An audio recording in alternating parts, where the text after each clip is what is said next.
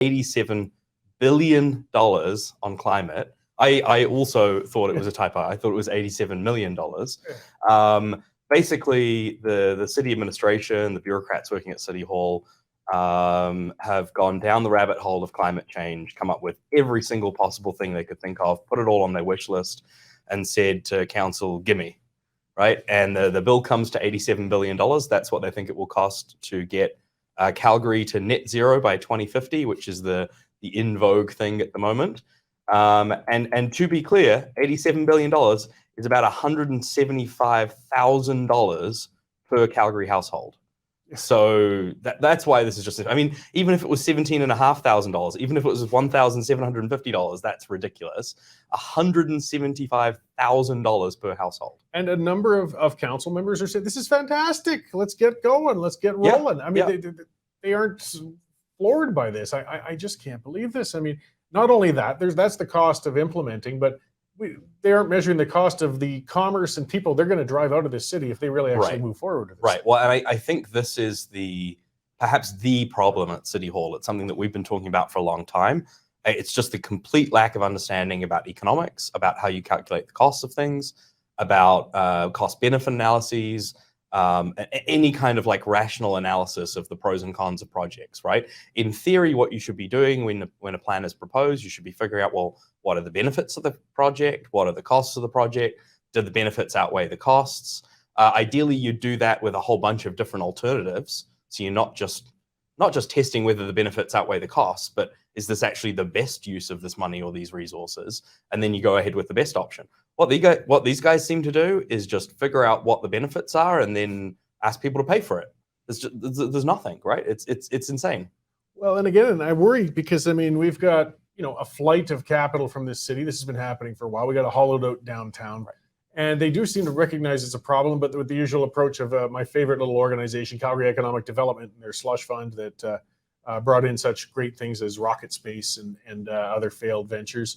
And we're also seeing a trend of businesses just setting up on the outskirts of Calgary. I mean, the MD of Rocky View has been the recipient of a lot of business as well. I don't know what happened with that Amazon data center or something like that. They announced it, being this giant venture and it's going to bring in jobs, but they never would say exactly where it's going to be. And from what I could suspect, it's not going to be in the city.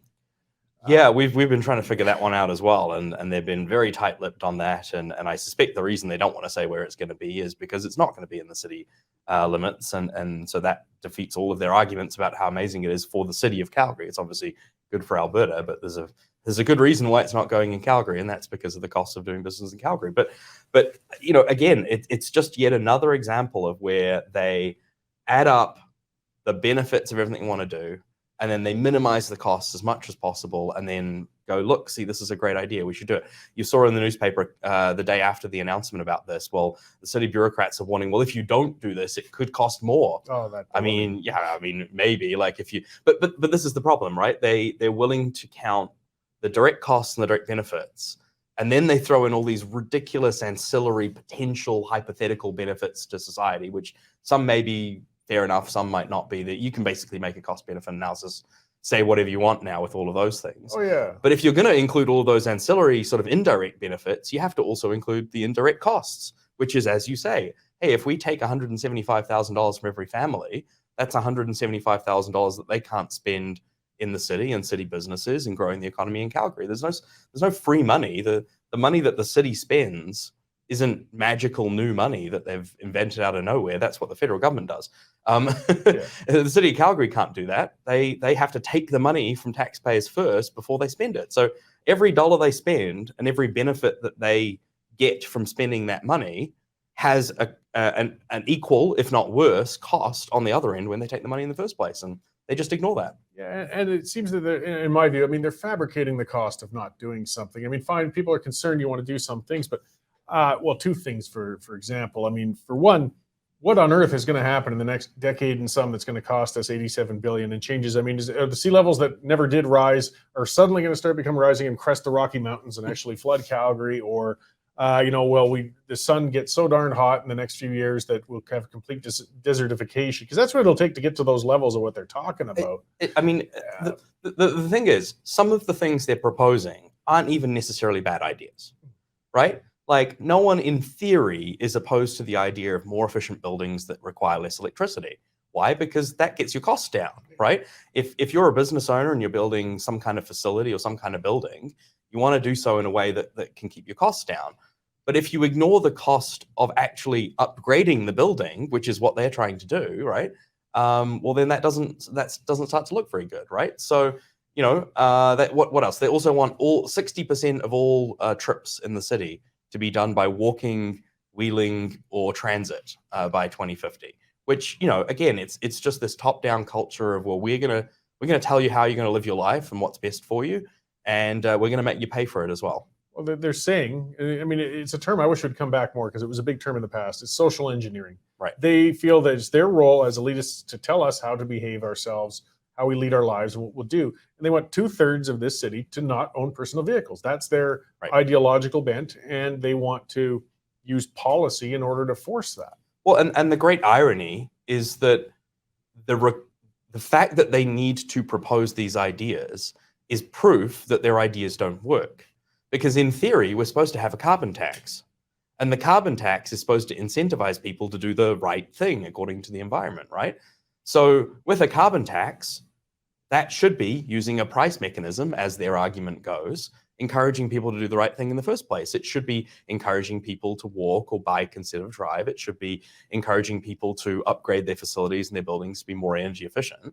The fact that they're going to have to come in and have the government mandate and pay for this through taxes just proves that the incentive scheme that they implemented through the carbon tax doesn't actually work. So we've got one policy of theirs that doesn't work. And then because it doesn't work, they're going to propose another policy. And I predict this one won't work either. And then they're going to come up with another one.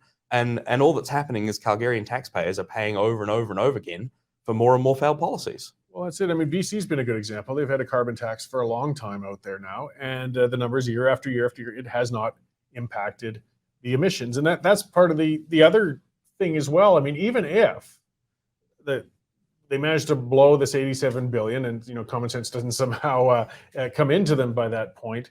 And even if all of those policies come into being and they really have that much transit and that many people, the impact it will actually have on the climate is going to be pretty negligible.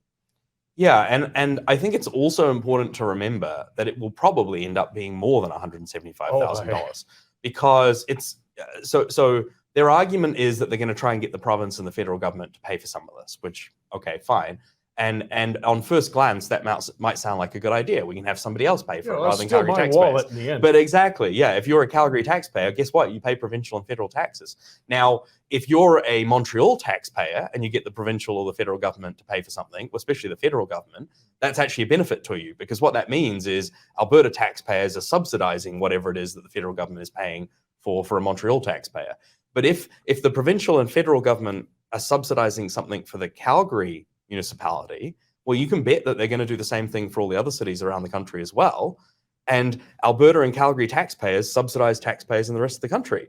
So we're not only going to be paying the $87 billion to do this in Calgary, we're going to be paying more through our federal taxes to help other cities do this as well. The economic horror cycle just kind of continues. Exactly. Yeah. So, I mean, is there any chance of heading this off? I mean, right now it's just a policy proposal. It's being embraced by Gondek and a few of the members of council, but it doesn't mean it's been passed or implemented. I mean, can opposition start rising and amend this thing or scrap it or anything of the sort? I mean, yes.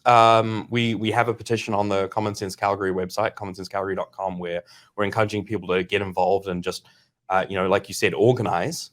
We don't want to learn any lessons from the left wingers, but we can definitely learn some organizing lessons, and that's what we're trying to do on this issue. And the more people we can get to sign that petition, the more people we can get to realize that this is just a completely insane idea, the more that will help.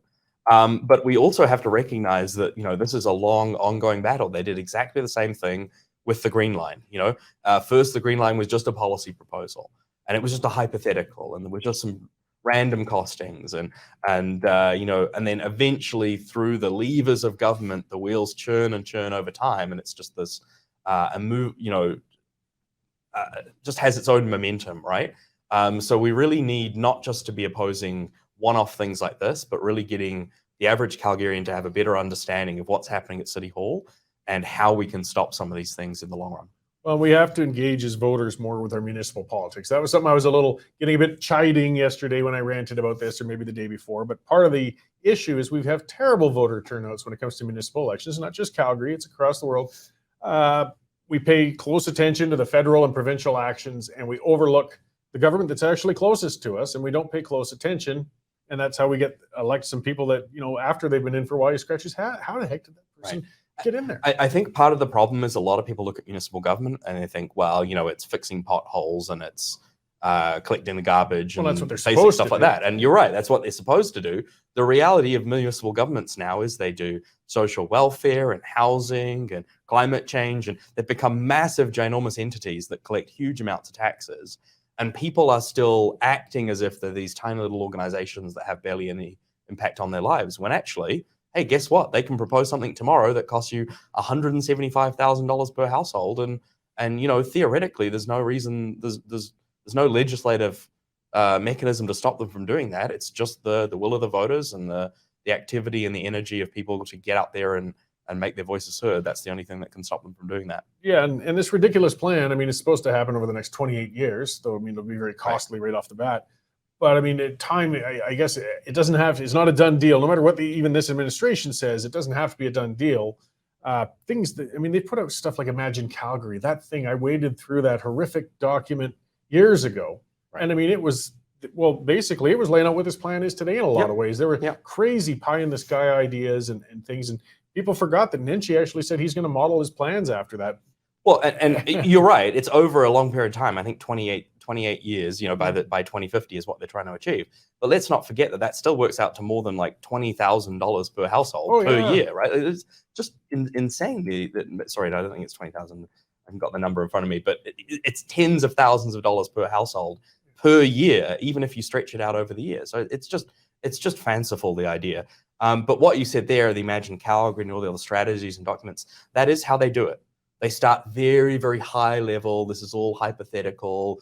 We're just proposing some ideas. And then they come up with some plans. And then they get council to vote for a policy. It's just guiding policy. It's no specifics. But then when they propose specifics, anybody who tries to oppose it, they then say, well, why would you be opposed to this? We've already got a policy. We've already got a strategy. We already agreed to that. You've already committed to this. You have to do this because this is what we already committed to. Yeah. And so it's that ratchet effect, just little by little by little by little. They say, don't worry, this isn't going to be anything too dramatic. You're not committing anything. You're not committing to anything long-term here. And then they flip the switch and they say, well, you've already committed to this. You've already agreed to this. You've already spent all this money. We've already committed to this plan. Why would we turn back now, right? That's what gets me too. Yeah, with the frog and water and the sunk money. That's part of how they did a bit of the Green Line too. Well, look, we spent all this already. We have to finish this thing now. Right. Well, it's the sunk cost fallacy, except it is the city administration deliberately using the sunk cost fallacy as a strategy to get buy-in for their plans. Well, and they use these things too, especially if suddenly we get that the federal government comes in, Justin Trudeau, it wouldn't shock me. He's going to come and say, yeah, I'll kick in $10 billion on that.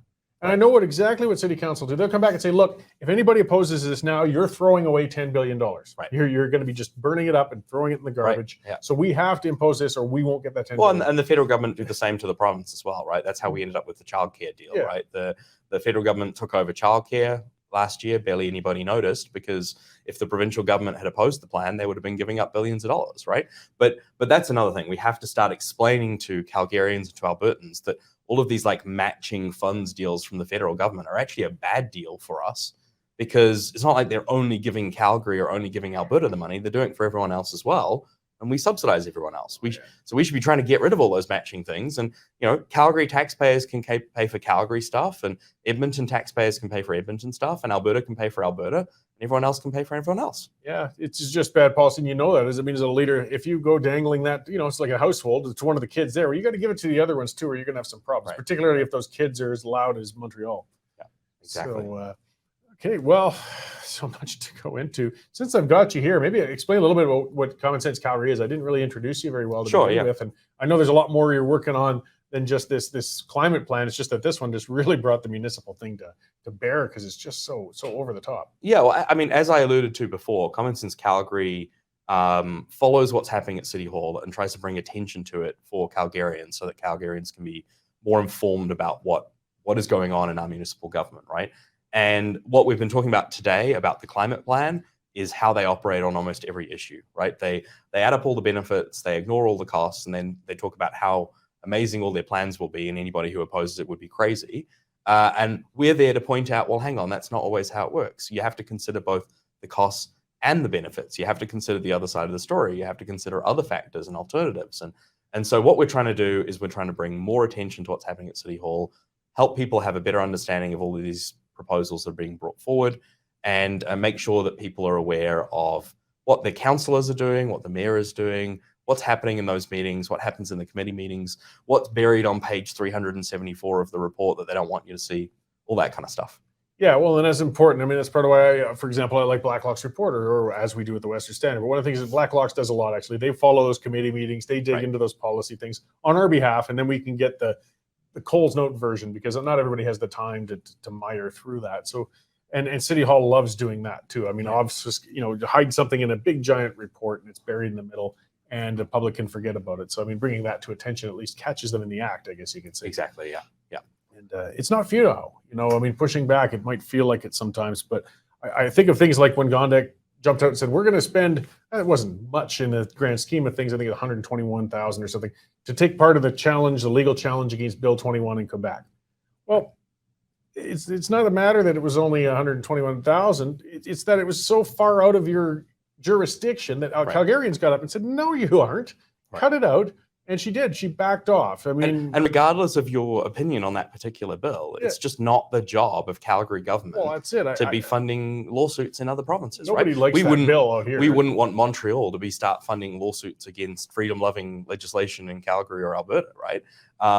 So no, it's all about ensuring that people know what's going on, but also advocating for common sense ideas and common sense solutions and solutions to the problems that we have at City Hall, and getting the city back to the core role that it should be focused on, right?